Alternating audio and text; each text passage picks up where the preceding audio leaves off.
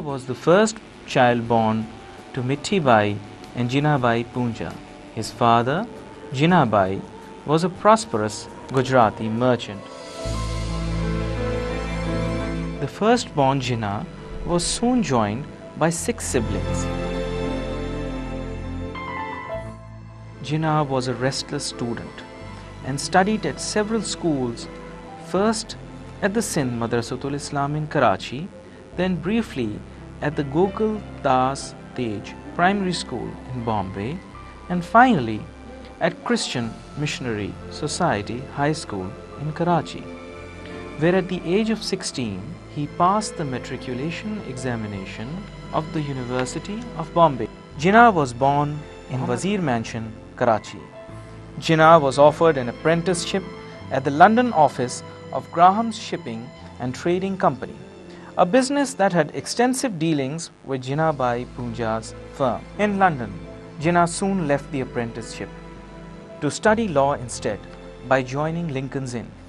It is said that the sole reason of Jinnah's joining Lincoln's Inn is that the welcome board of the Lincoln's Inn had the names of the world's all-time top 10 magistrates, and that this list was led by the name of Muhammad, peace be upon him. In 3 years, at the age of 19, he became the youngest Indian to be called to the bar in England. By now, Jinnah had developed largely constitutionalist views on Indian self-government.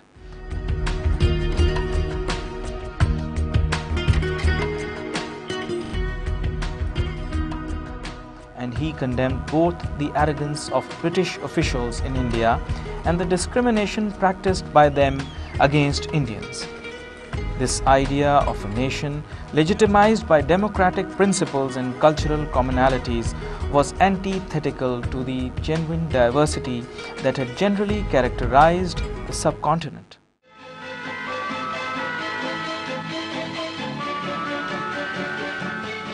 Sir, what was the vision of Quaid-e-Azam about Pakistan? And do you feel the current Pakistan is in accordance with the vision of the Quaid? You see, the Quaid was a undisputed leader of Muslim subcontinent. He led the movement for Pakistan on the basis of two-nation theory. But if you read the earlier speeches of Quaid-e-Azam, he clearly demarcated that Hindu and Muslims are two different nations. They cannot live together.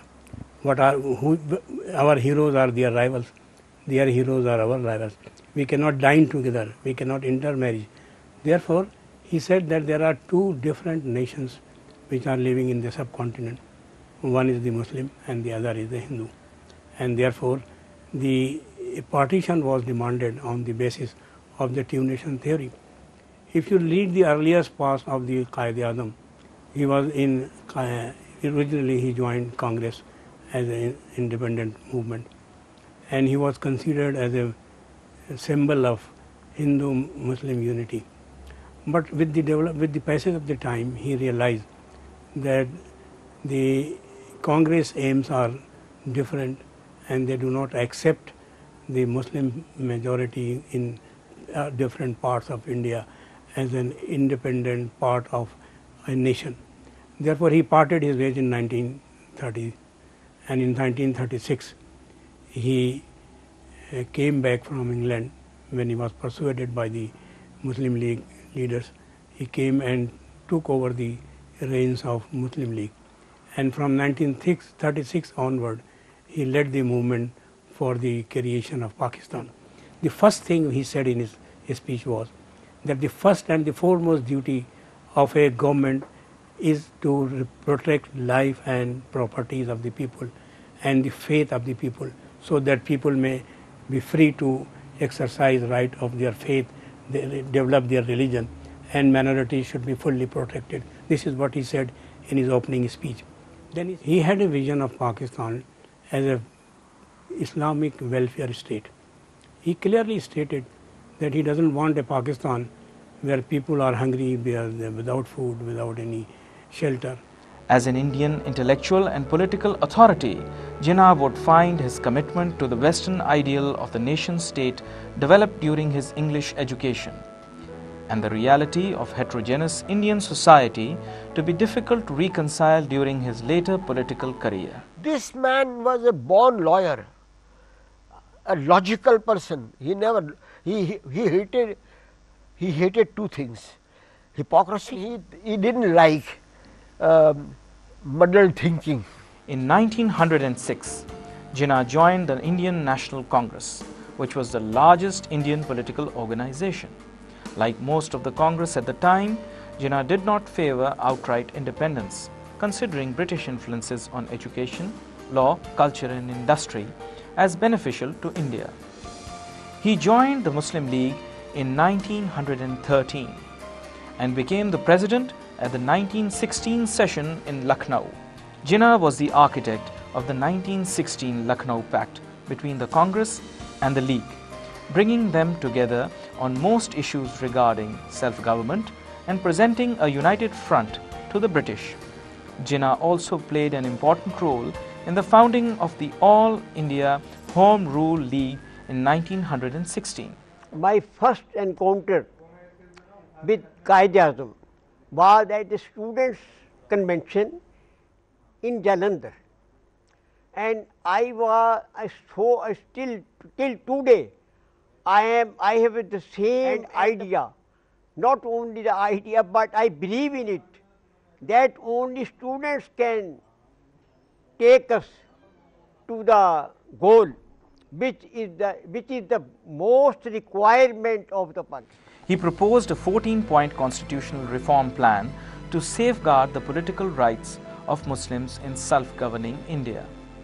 Jinnah later advocated the two-nation theory, embracing the goal of creating a separate Muslim state as per the Lahore Resolution. The League won most reserved Muslim seats in the elections of 1946. After the British and the Congress backed out of the Cabinet Mission Plan, Jinnah called for a direct action day to achieve the formation of Pakistan. This direct action by the Muslim League and its volunteer corps resulted in massive rioting in Calcutta between Muslims and Hindus. Democracy is the only answer. There is no other answer. That is what Quaid stood for. Quaid-e-Azam stood for rights of the people, self-determination. As the Indian National Congress and Muslim League failed to reach a power-sharing formula for united India, it prompted both parties and the British to agree to the independence of Pakistan and India.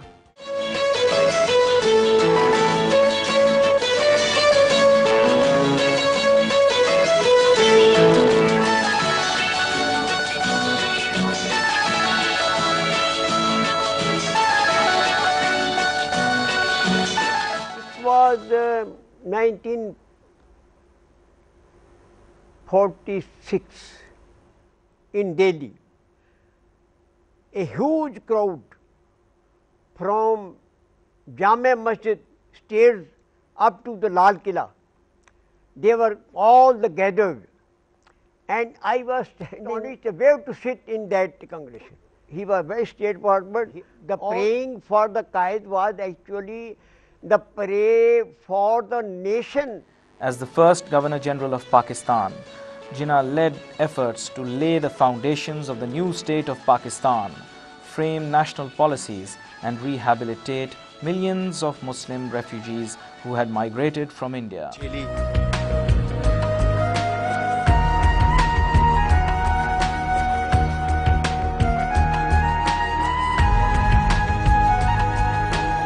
Dr. Sahib, what do you think about the personality of the Quaid-e-Azam? In your studies of various books and papers on Quaid-e-Azam, is there anything in particular that you would like to highlight about his personality? Quaid-e-Azam is one of the best role models and recent role model. He strongly believed in merit. He selected persons who were very sincere and very serious. It is being said that he used to receive only 1 rupee as a salary, and he used to bear most of his expenses, even in India. And after becoming the Governor General of Pakistan, he was using his own money. Although he was not as rich as many persons in our country. Another aspect of his role model, even when his health was falling and he was losing his energy, still he was working for hours and hours, because soon after creation of Pakistan there were serious challenges. Jinnah also assumed the role and title of Protector General of the Hindu minority during Hindu-Muslim riots after 1947.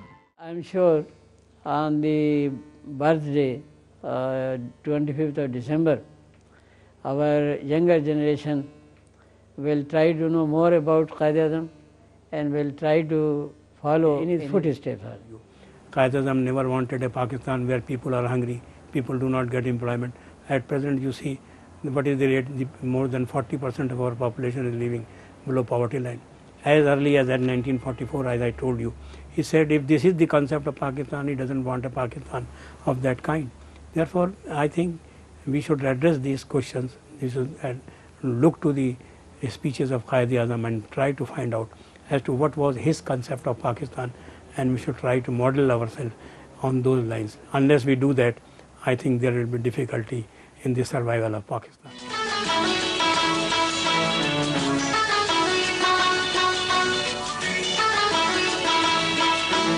हमारे school का एक तालिबे इल्म क़ायद-ए-आज़म से हाथ मिला कर के आया और उसने आकर के जिक्र किया कि मैं क़ायद-ए-आज़म से हाथ मिला कर के आया हूँ, तो स्कूल के तमाम लड़कों ने उसको खुशामदीद कहा और हर लड़के ने उससे हाथ मिलाने में फ़ख्र महसूस किया। यूं दी हमें आज़ादी के दुनिया हुई हैरान, है क़ायद-ए-आज़म तेरा एहसान है एहसान। यूं दी हमें आज़ादी के दुनिया। Jinnah died aged 71 in September 1948, just over a year after Pakistan gained independence from the British Empire.